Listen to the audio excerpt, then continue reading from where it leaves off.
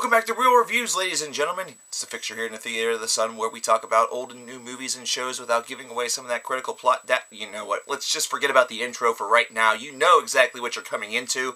We're here to talk episode number 3. We're already getting into something that's going to cause a little bit of a dividing line, not necessarily within the fan base, but rather within the collective view universe that's going to check out this video. We're going to be talking about the Twilight series, and we're going to be discussing it right here on the Real Reviews. We may give out some plot. Who knows? Who cares? I know that that's not typically the drive. It's not typically what we're all about here on the Real Reviews, and we're already breaking protocol in episode number 3, but this is something that needs to be done, all because of an announcement that was made within the past week.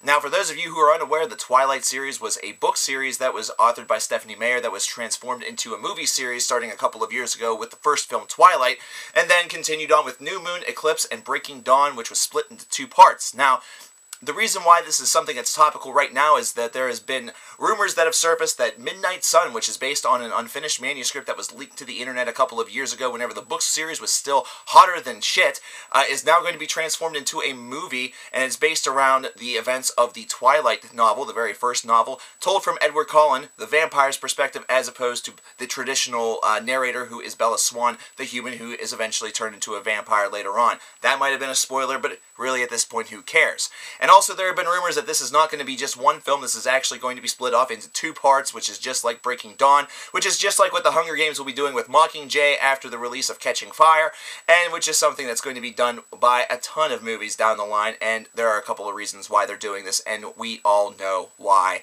it is.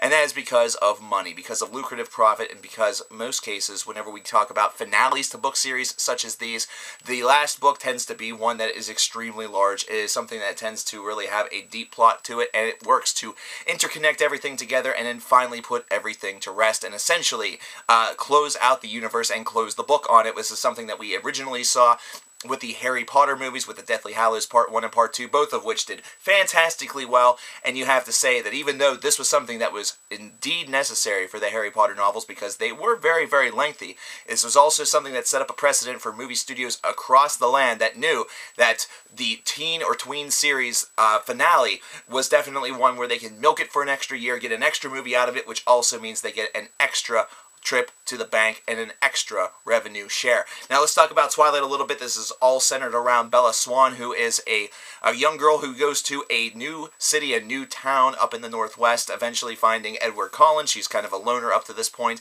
She finds out that Edward Cullen and his family are all century-old vampires, and they are sparkly vampires. They're weird vampires, blah, blah, blah, blah, blah. She also has a friend named Jacob Black, who's a werewolf, and yeah, we're not going to get too deep into relevant plot information. All that we know is that throughout the course of these novels, and of course subsequently throughout the course of these movies, she is involved in this love triangle that involves these 2 gentlemen who are also supernatural beings. Oh, goody, goody gumdrops.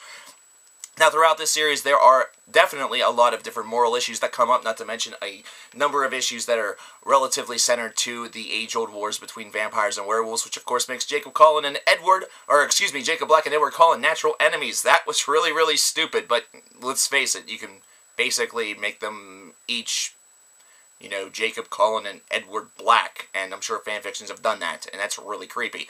But there have been fan fictions. This is something that has a huge dividing line whenever it comes to fans. A lot of people really like this. A lot of people really, really hate this with universal bane, and it's probably because these are some really, really monumentally boring films. These are films that literally are a snail's pace whenever it comes to the way in which the narrative really is able to go forward and move on.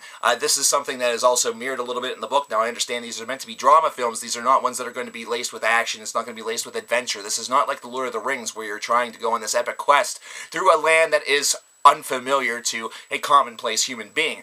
This is instead something that takes place right here in the United States of America, somewhere within the continental U.S., and also involves individuals that are more focused with their emotional feelings, not to mention also with an age-old supernatural rivalry that is a little bit deeper than just that between the werewolves and the vampires. So, because of this, this is something you wouldn't expect to necessarily have a snail's pace plot line to it or any sort of awkward style acting, but this is certainly one where immediately out of the get-go from the Twilight film, the very first film, you definitely notice a lot of awkwardness between Edward and Bella. Now, this is something that is represented in the novels, and this is something that does seem to be an integral part of the plot. There is a little bit of that teenage awkwardness that is really taking place here, but at the same time, it is not something that transitions over well to film whenever it doesn't seem all of that forced. In fact, this is something where the awkwardness seems real. It seems as though the actors themselves are naturally a little bit awkward in front of the screen, period. Does that mean they're doing a damn good job?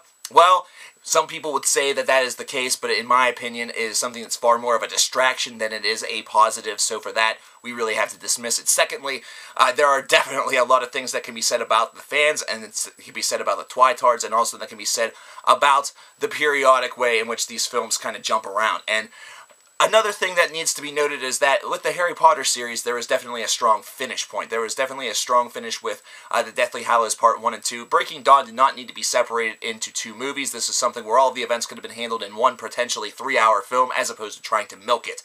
This is something where for any person who read the novel, it really can realize that you can skip probably about 300 pages in the middle and still know exactly what the hell is going on, or roughly skim over the chapters as fast as humanly possible.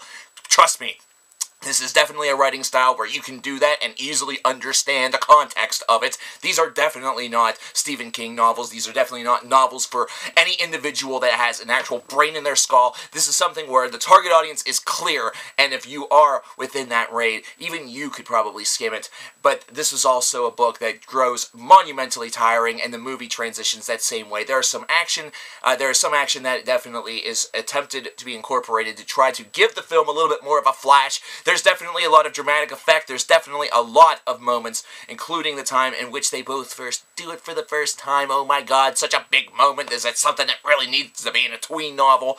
But these are all effects that are being added after the fact. These are all effects that are being added to try to really boost the significance of these events, not to mention they're also trying to boost the runtime a little bit. That way they have enough for a full feature-length film for Parts 1 and Part 2. I gotta say, these are very, very hard films to watch, not to mention they're extremely tiring films to watch. And this is even from an individual's perspective that is trying to be objective as opposed to just, you know, using his own subtle way of reviewing things based around his own masculine gender assignment, if you really want to say that. These are just films that are just very poorly done, and it seems as though that is something that it really wasn't going to matter, and they knew that in advance.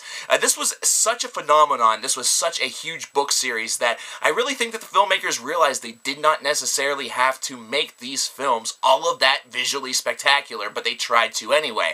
And this was something where everyone was going to come out and want to see this regardless, just as long as they were able to stick pretty true to the narrative and not botch things up too deeply whenever it comes to the transformation scenes where you first note that Edward Cullen is a vampire or that Jacob Black is a werewolf. You really have to do a couple of things right, and they certainly did everything in their power to really do that, but at the same time, there were many, many things that were lacking with the story. There were many, many things that really just made these films just a snail's pace bore to watch, and that is something that and really, this is objective learning right here. This is objective opinionation. This is not necessarily hate just because it's one of these, you know, tween film series that has, you know, done really well and actually performed fairly decently and has a following that now is just annoying and has these unrealistic representations of love. So what did you guys think about the Twilight films? Did you even see them? If you did, then I almost feel sorry for you. If you did not, then hey, then I kind of feel jealous because I wish that I could be within your realm. Tell me also what you think about the tween novel movie adaptation in general. Is it something that you see really continuing itself into the next decade? And what do you think is going to be the next book series that is transformed into a movie? Don't say Divergent, because we already know that that's coming. That's coming here in about a month or so, and I know very little about that. What are some other movies that you would like to hear me speak about? Also leave that in the comments, and if you would, please subscribe to the Theater of the Sun. Like this video, it definitely helps a good bit. We're trying to get this off the ground. We're trying to get this off the ground, people, so we'll talk to you next time here in the Theater of the Sun.